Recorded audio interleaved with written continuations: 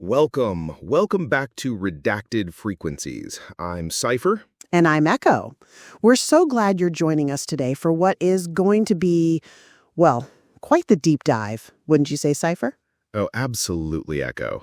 Today, we're plunging headfirst into a topic that's often whispered in hushed tones, found in the darkest corners of the internet, and frequently misunderstood. The shadowy world of the Illuminati, specifically focusing on the concept of its alleged 13 bloodlines. It's a fascinating, albeit controversial subject that really has permeated popular culture, and, it's just something that it never quite goes away.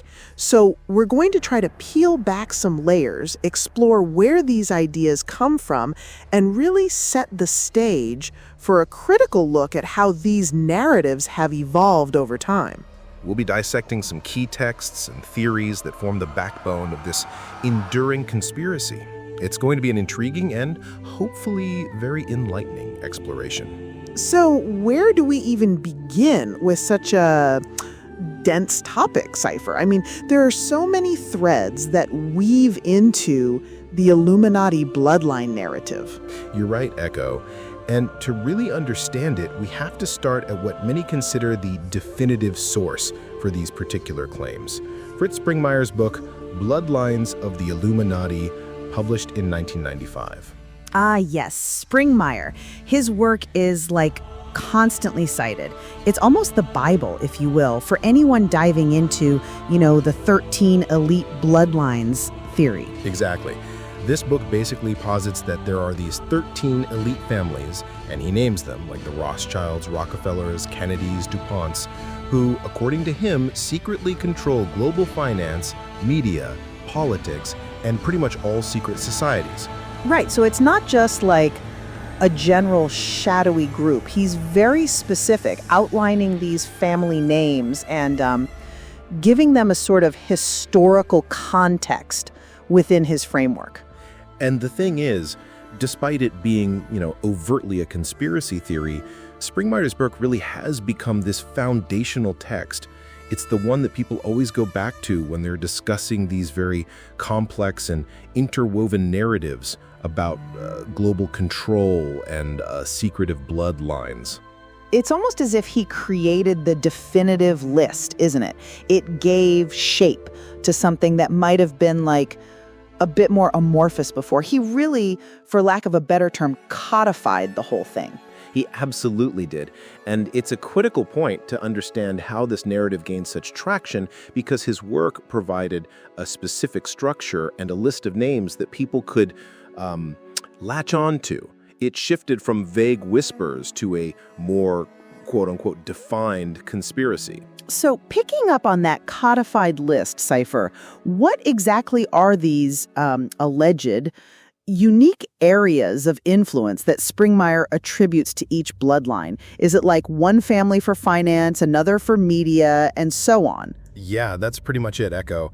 According to Springmeier, each of these 13 bloodlines has its own specific domain, its own unique area of influence. So you might have one family heavily focused on global finance, another on controlling media narratives, others deep into politics, or even specific industries. So it's not just like a general shadowy control, but almost like a division of labor amongst these elite families? That's quite a detailed claim, isn't it? It really is, and it goes beyond just modern sectors. He also links them to specific occult traditions, claiming these are not just, powerful families, but families with ancient ties to dark practices or secret mystical knowledge. Right. The occult part, that's always a big component in these types of theories, isn't it? It adds that layer of, forbidden knowledge or something? Absolutely. And then a key mechanism he outlines for how they maintain this power and secrecy is through intermarriage. The idea is that these families intermarry exclusively among themselves to keep the bloodlines pure, to consolidate wealth and power, and to ensure their secrets stay within the circle. Oh, so it's like a closed system. Like they're not just colluding, they're literally breeding together to secure their control. That's a pretty disturbing thought. Exactly. It ensures, according to the theory, that the power never dilutes and the alleged agenda remains consistent across generations. And then we get into some of the more extreme claims like Illuminati rituals. Oh, wow. Yeah, that's where it gets really out there for a lot of people. Right. These aren't just, casual gatherings. Springmeier claims these rituals are central to their power, to their initiation, and to maintaining their control. And even more controversially, he suggests the use of MK Ultra style mind control within these circles. MK Ultra, as in the alleged CIA mind control program? So he's saying these families are like not just participating in rituals, but also actively engaging in psychological manipulation of their own members or others? That's the claim. The idea is that this mind control is used to ensure loyalty, enforce secrecy, and essentially program individuals within these bloodlines to fulfill specific roles or carry out certain tasks. It's how he explains their unwavering dedication to this alleged global agenda. So it's a full spectrum control theory, then, from like strategic intermarriage and finance all the way down to individual psychological manipulation and occult rituals. It really paints a complete, if disturbing, picture. It aims to.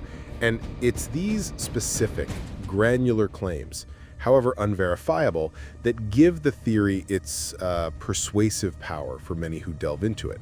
It creates a narrative where every aspect of their alleged existence is geared towards maintaining this power and secrecy.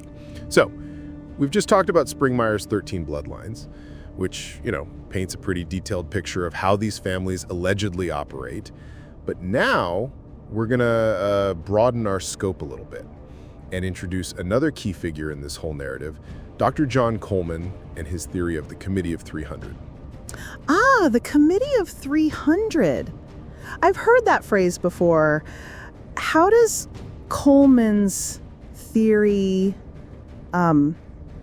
connect with or expand upon what Springmeier was talking about with the bloodlines? Is it like a higher echelon? Exactly. Coleman, in his work, alleges this secretive group, the Committee of 300, exists. And crucially, he claims it largely overlaps with those 13 bloodlines we just discussed. So in his view, it's not just the bloodlines, it's this committee that is the actual, orchestrator. So if the bloodlines are the working parts, the Committee of 300 is like the mastermind directing them? Pretty much. And Coleman doesn't pull any punches about what this committee allegedly controls. He states they control the world through banking, oil, and pharmaceuticals. So it's a very specific, economic and industrial focus. Banking, oil, and pharmaceuticals. That's a pretty powerful triumvirate, isn't it? It covers like global finance, energy, and human health. Seems pretty comprehensive. It really does. It suggests a very deliberate and wide-reaching influence. And where it gets even more interesting is how they allegedly achieve this control. Coleman claims this committee uses various think tanks. Think tanks? Like research organizations or policy groups? Precisely. He points to places like the Tavistock Institute as key examples. The idea is that these think tanks aren't just, academic institutions, but rather tools used by the Committee of 300 to influence global behavior. They're shaping policy, public opinion, and even culture. So it's less about direct forceful control and more about like subtle manipulation through intellectual or research channels, that's a bit more insidious in a way. That's the claim. And this influence, according to Coleman, extends to orchestrating major global events. This is where it really gets pretty dramatic. He alleges they're behind things like major wars and economic collapses. Whoa! So not just influencing, but actively planning and causing these huge, devastating events? That's a massive leap from, subtle policy influence. It is. The theory posits that these crises, these wars, these economic downturns, they're not organic occurrences. They're deliberately engineered by this committee for their own nefarious ends, to further their agenda, whatever that may be. So you're saying, in this theory, things like the Great Depression or the World Wars, those weren't just complex historical events, but rather calculated moves by this shadowy group? That's exactly what Coleman's theory implies. It suggests a level of control and foresight that's almost, omniscient. It frames them as the ultimate puppet masters, pulling the strings of global conflict and economic instability for their own benefit and as a means to consolidate more power. It really positions this Committee of 300 as the ultimate power behind everything, tying into the Bloodlines, but sitting above them in terms of strategic direction. It's a much grander scale of conspiracy, isn't it? Far grander. And for many who follow these theories, it provides a kind of overarching framework that explains how all these seemingly disparate events in history could be connected. It's all part of this one big long-term plan executed by the Committee of 300. So we've talked about Springmeier's very specific bloodlines, and then Coleman's Committee of 300, which is this kind of overarching super secret group. But now we're going to pivot to something that's a little different. Yeah, we are. We're stepping away from, direct conspiracy theory books for a moment and looking at a scholarly work that ironically gets cited a lot within Illuminati lore. We're talking about Carroll Quigley's Tragedy and Hope, published in 1966. Right. Quigley was actually a historian and notably a mentor to Bill Clinton. So this isn't like a self-published conspiracy manifesto. This is a legitimate academic text. Exactly. And that's precisely why it's so fascinating how it's been reinterpreted. Quigley's book described how elite financial institutions, he saw them creating and managing global events. Now, he wasn't saying it was a conspiracy in the way Springmeier or Coleman would. He was observing a system at work. So he was detailing the actual power structures and influences of, major banks and financial groups on a global scale. Is that it? Precisely. His core claim was that there is a financial elite that manipulates governments and economies. He laid it out in pretty stark terms. It wasn't about shadowy rituals or mind control, but about economic leverage and influence. That makes sense. I mean, we've seen throughout history how financial power translates to political power. It's not a secret that powerful financial entities have a say in things. Right. What's crucial, though, and what often gets conveniently ignored by conspiracy theorists, is that Quigley himself, he actually admired the system's effectiveness. Not necessarily its ethics, mind you, but he was impressed by how well it operated. He didn't see it as inherently evil, just as a powerful, functioning system. Oh, that's a huge distinction. So he wasn't blowing the whistle on some nefarious plot. He was analyzing, a complex, effective system of power and influence. But then the conspiracy theorists come along. And they take his observations and twist them. They say, see, Quigley confirms it. There's an elite manipulating everything. And then they slot in the Rothschilds and other bloodline families directly into this system Quigley described. They claimed these families are explicitly embedded in it, using Quigley's academic observations as confirmation of their own theories. So essentially, they're cherry-picking parts of a scholarly work to lend credibility to their own speculative claims. They're taking his description of a powerful financial elite and saying, that's the Illuminati bloodlines he's talking about. That's exactly it. And that's why tragedy and hope become so important for our discussion. It really highlights this blurry line between fact-based elite influence, which Quigley was describing, and speculative conspiracies like the bloodline narratives. It makes you wonder how many other academic works or historical observations have been, repurposed in a similar way to bolster these kinds of theories. So many, because when you can point to a legitimate, well-researched book by a reputable historian, even if you're misinterpreting it, it gives a certain weight to your otherwise unsubstantiated claims. It's a classic tactic. Take a grain of truth or an accurate observation and then build a whole fictional house around it. It's almost like they're looking for academic receipts to prove their own fantastical theories. And Quigley just happened to provide some very compelling observations that could be warped. Precisely. He provided the framework of elite financial institutions creating and managing global events, and the conspiracy theorists just filled in the blanks with their preferred players, the bloodlines, the Illuminati, whatever fits their narrative. It's a fascinating example of how truth can be distorted to serve a particular agenda.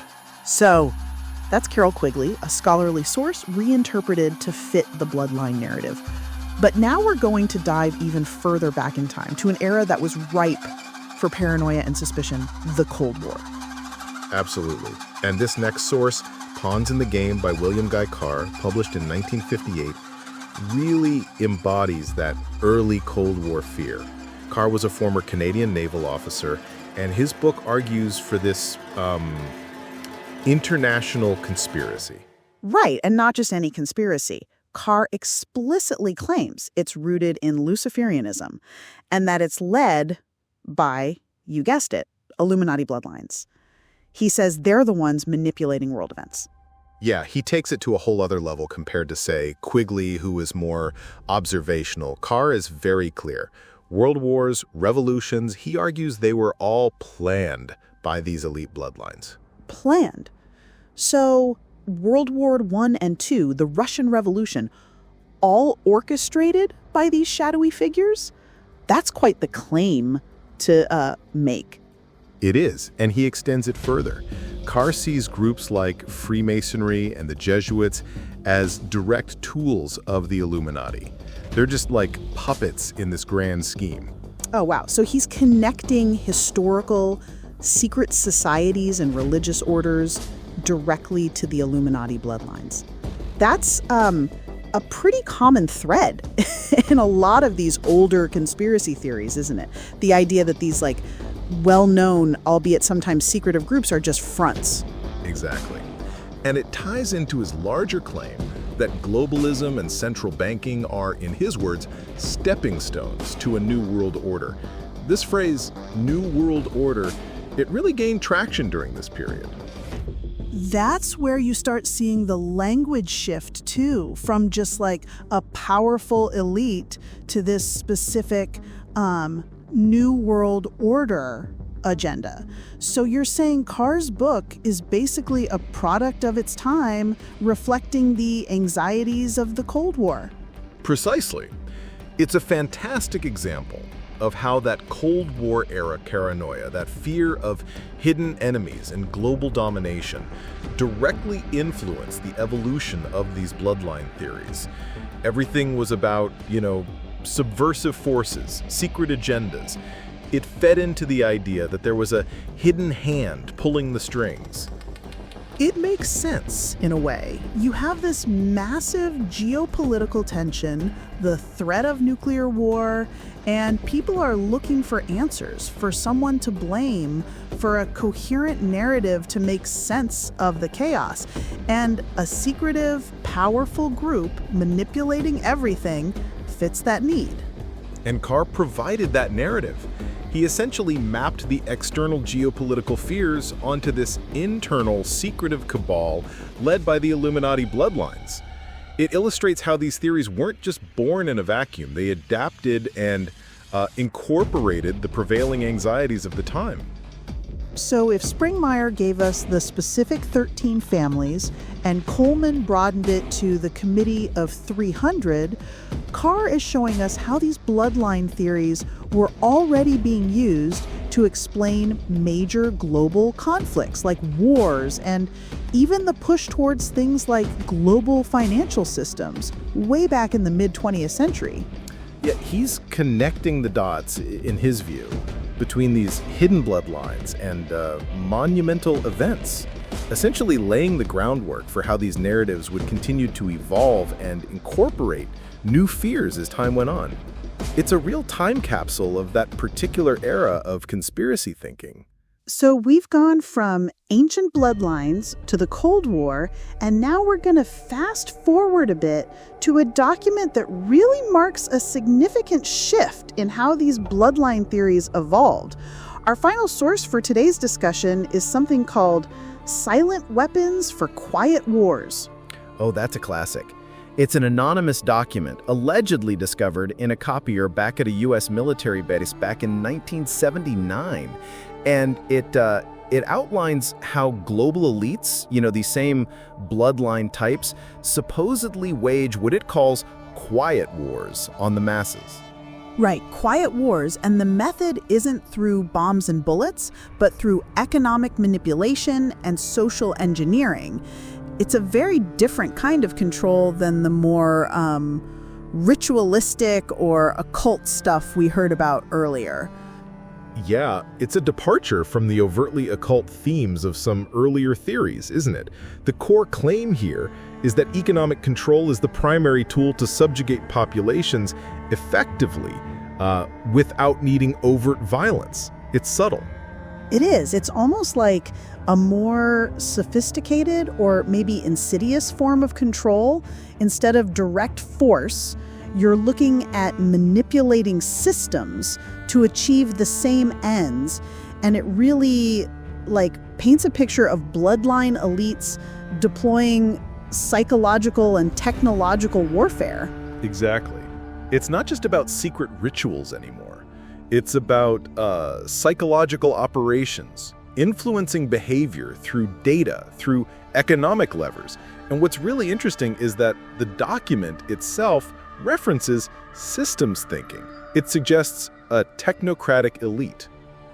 That's a huge pivot, isn't it? From the shadowy figures in robes to more clinical, technocratic masterminds who are using complex systems to manage populations. It's less about, a deal with the devil and more about algorithms and economic models. Totally. This document is a perfect example of how the bloodline lore started to shift from the purely occult-focused narratives like Carr's Luciferianism towards something that feels a bit more modern, more grounded in economic and technological control. And you can see how this document serves as a direct bridge to some of the really prevalent modern conspiracy theories.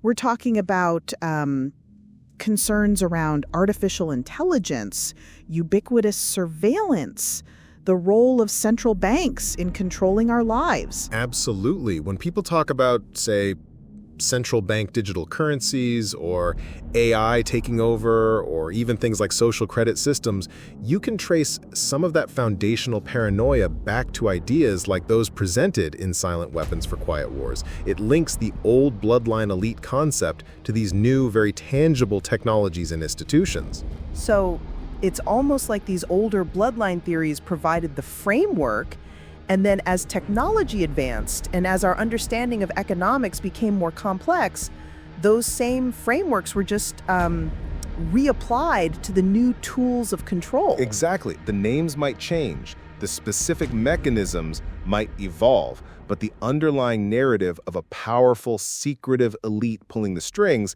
that stays consistent. This document really marks that transition into the modern era of how these conspiracies are framed. It shows how the same fears just find new expressions. So we've walked through quite a journey today, haven't we? From the 13 alleged bloodlines to the Committee of 300, and then the shift towards techno-economic control.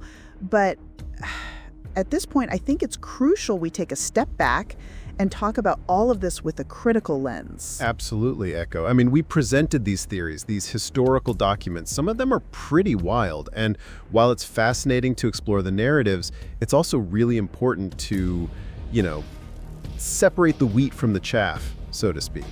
Yeah, because these are, for the most part, unverifiable claims. Springmeier's 13 bloodlines, Coleman's Committee of 300, they don't exactly come with footnotes to peer-reviewed studies.